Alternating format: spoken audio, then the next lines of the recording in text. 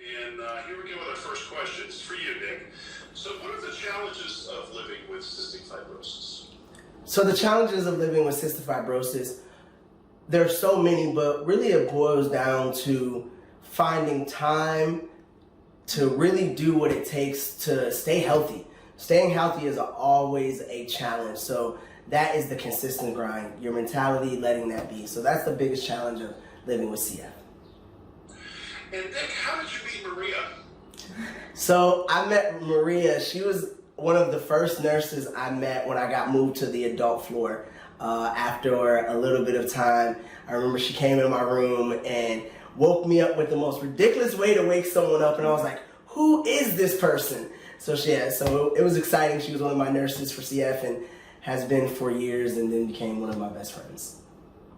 So Maria, what impressed you about Nick and his cystic fibrosis journey? The things that impressed me about Nick and his cystic fibrosis journey is Nick is relentless. And no matter what comes at Nick, he is relentlessly passionate about every breath he takes in life. And Nick, what made Maria a special part of your life? I have never, let me stress, I have never in my entire life met someone who cares for everyone the way this woman does. I don't care if you're the person on the side of the road, I don't care if you're the person in Bel Air, and I don't care if you're anyone in between. She gives everything she has to the human experience, to being that experience that people want to be around. It's infectious. Like, she wants everyone to be able to experience life the way she feels, as she would say, as a child should. Thank you, Nick. Excellent answer. So speaking of infectious, you had COVID-19 on top of cystic fibrosis. How did you make it through that, my friend? Oh, family. I had a lot of family really help support me. That was one of the hardest battles I've ever fought, and I've been through a couple. And the only way I was able to get that through was the help and friends and my family really supporting and saying, all right, Nick, pick yourself up. You always do. You know, this is another fight, and all we do is win. Let me get you to add one more line for me, and just have it to say that something to the effect of, Nick, you know, I came down with COVID-19 during this pandemic, and having that on top of CF, it was really life-threatening or something like that, you know? Just Yep. let me know that you had COVID-19. Okay. During this pandemic, there's always so many things you had to worry about, especially as a CF patient. Getting COVID was the last thing I needed and the last thing I wanted. COVID-19 on top of my cystic fibrosis put me in not just a possible life-threatening, an actual life-threatening event. I was in the hospital for 67 days, and it wasn't until I got out in June, it wasn't until October I was able to get off the couch 7 days in a row. It was everything everyone feared for me when I got it, and it was a struggle every step of the way.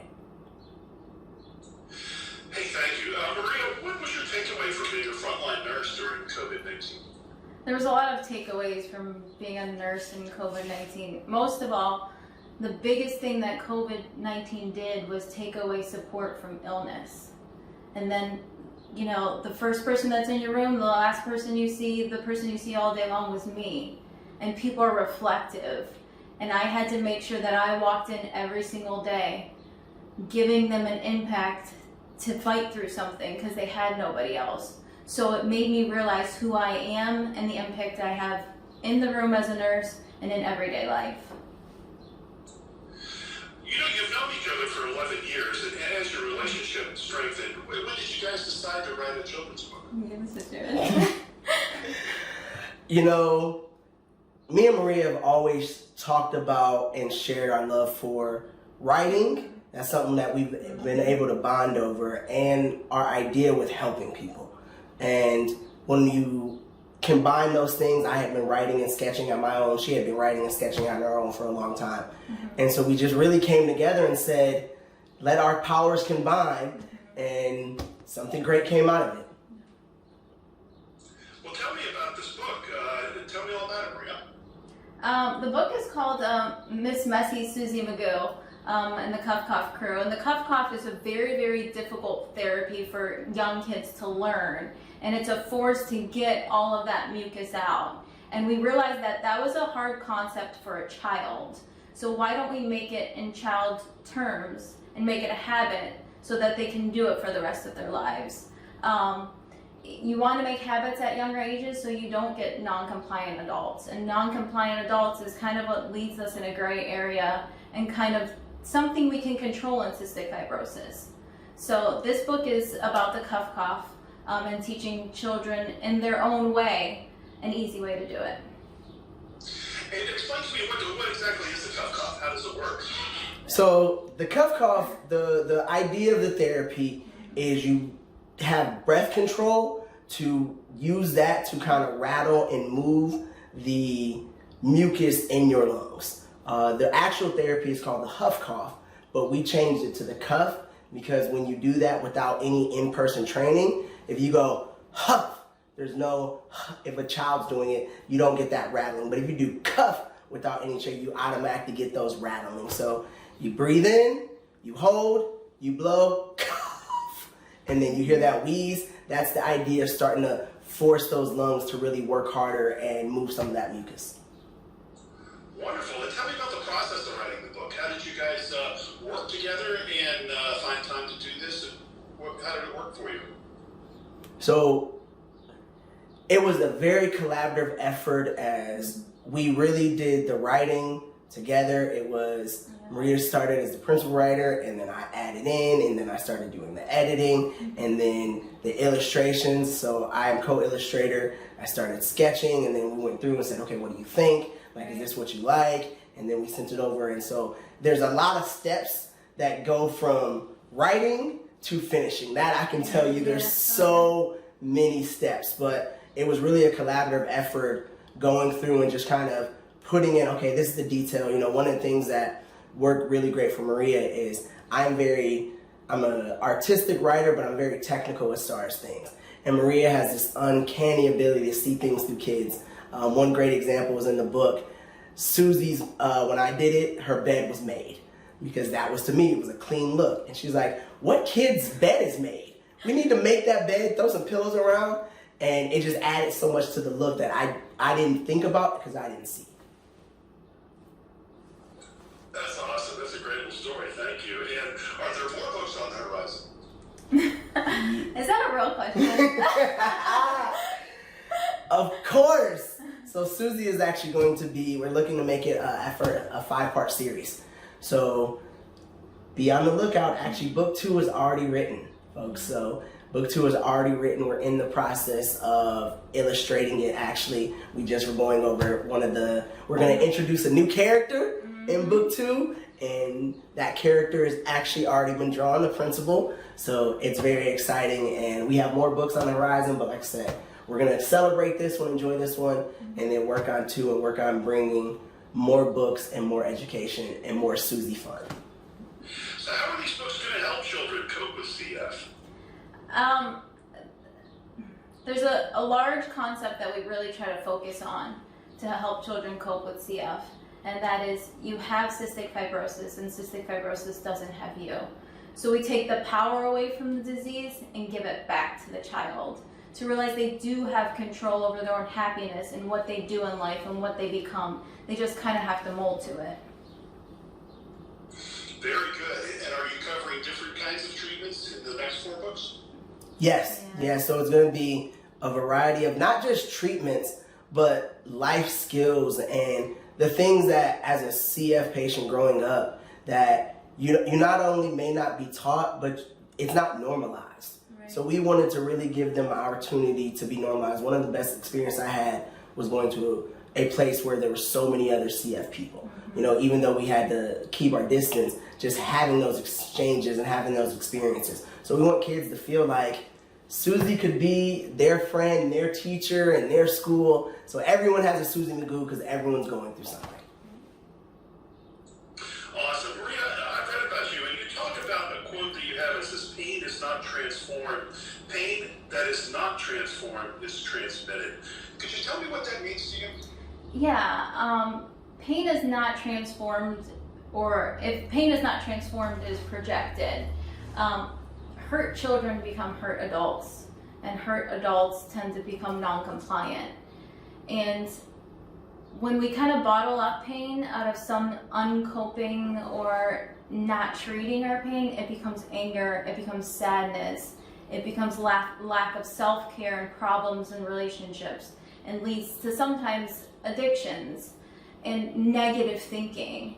And that a lot of times robs lives. So how are these books going to help transform that pain? We have really good coping mechanisms. Yes. We put a positive aspect on things and change the perspective. And then we face feelings in the face, and we deal with them then, instead of packing them in a suitcase and taking them around for the rest of our lives. It's really important for us that we let people know it's okay to feel those feelings, but then how are we going to do with them after that? But a lot of times, as Mario says, people don't make it okay to feel. So we make it okay it's okay that these things, not everyone wants to do these things, but now let's continue to move on and understand. It's the now what factor. This is the hand that you were given. This is how you feel. Now what do we do now? God, that's great, man. Thank you, guys. Hey, you both volunteer in your community quite a bit. Nick, you with the CF Foundation and your advocacy work, among other things. Maria, your special needs work with kids and autism work. Why do you do that, and how does that help strengthen your community? So for me, this was an evolution process. I didn't always see the value when I was younger. And as I got older and I got to meet more people, I really understood that my community, I love my city. Like Cleveland, I love my city. I always rep it, but these are my communities, so I need to find a way not to just talk about loving my city, but making my city better. And the way to do that is make the individuals in my city better.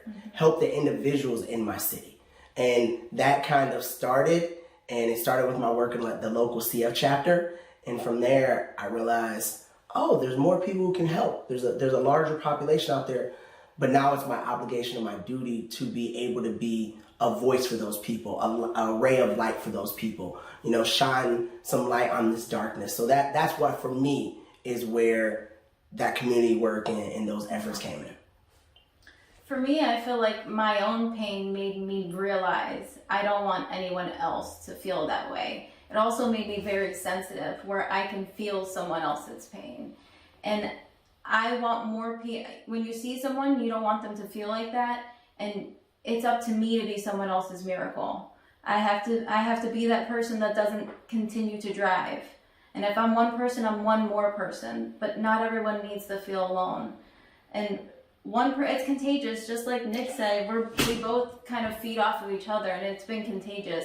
You help one person, that feeling doesn't go away. I can give someone a sandwich and it feeds their stomach, but that interaction I have with them, that lasts forever. So they're gonna do the same to someone else because someone did it to them. So it has to start with us. It has to start with the person you see in the mirror. God bless you both, man. That is awesome. So what advice can you offer to CF patients, or even their parents, you know what I mean, when they're starting this journey? Go ahead, you can start. Go ahead. For children, I think CF is like a poker hand, okay? You can make a winning hand out of what you have. It's not this black cloud that is kind of following you along, and easily it can fall into that category. And the way we see life is kind of the way we live it. And for parents, it's do not limit your child. They deserve to live a full life. I've seen a difference between an older population of CFers and a younger population, where the older population was like, go out and play, and you have CF, it's not stopping you. And the younger population was, I'm gonna put you in bubble wrap. And one of those populations lived their life to the fullest and the other just didn't. So do not limit your children because they have a disease attached to them or on a medical record. Man, that's a good answer. I don't even know if I want to follow that. My goodness. So I'm just gonna add like my 2 cents, because she took the other 8 cents I had. So for me, the advice I would give is And I want to echo that last one. Parents, let your kids be kids. Mm-hmm. You know, if they go let them play in the dirt and then wipe their hands off later. Mm-hmm. Like, let your kids be kids and understand that it is your job as a parent to bear the responsibility and shoulder the burden of their disease. You know, one of the greatest things my parents did is I never knew I was sick. I had open heart surgery. I never knew it. I remember nothing but happiness. I didn't find out till later. My parents were screening people at the door that they had to smile when they got in my room.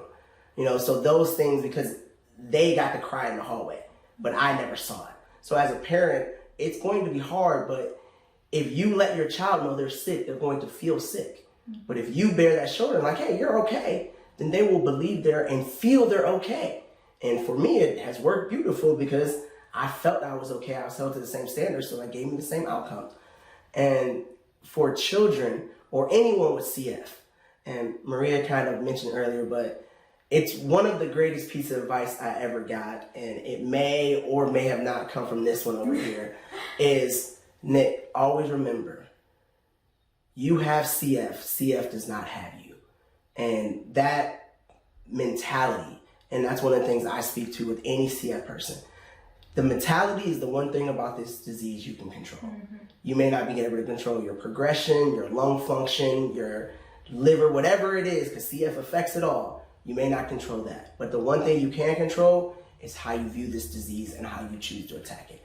So my CF family, all my other CF peers, this will all be how the mentality you choose to handle this disease. Awesome. That's great, guys. I don't really have much else. Is there anything I didn't ask you that you think we should talk about? You know, one thing I just want to throw out is, this one right here, okay? She won't ever toot her own horn, so I'm going to take a couple seconds and do it, okay? This one right here, more than we talked about the community work, this one is a pillar in the autism community. She's actually been published more than 5 times on numerous journals, all about her work with special needs, with troubled youth. She has fostered over 15 different kids. Like, all of these things, I can't tell you guys enough how special of a human this is. I know, right? She hates it. She hates it. But I'm okay with that because the world needs to know how awesome she is, okay? I once got her award. She got an award for organizational blood. She yelled at me the entire time she gave the speech. She was like, because he made me do it. Yes, because the world needs to know how amazing you are.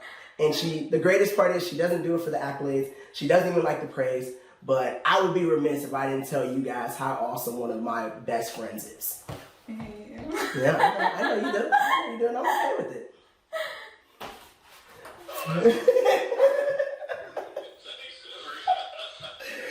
Get her face with Susie. Okay, go right ahead. In 3, 2, 1. My whole life I've been sick, and I understood it because I got diagnosed with cystic fibrosis when I was 3 months old. The interesting part of my story is it was actually my mother who diagnosed me because 34 years ago they didn't think African Americans could have this disease. So my mother's tenacity for learning for my health has really carried out throughout my life. And so that is how my CF journey started. 3 months old with my mother diagnosed me, and I never looked back. Beautiful. And Maria, I had one for you too.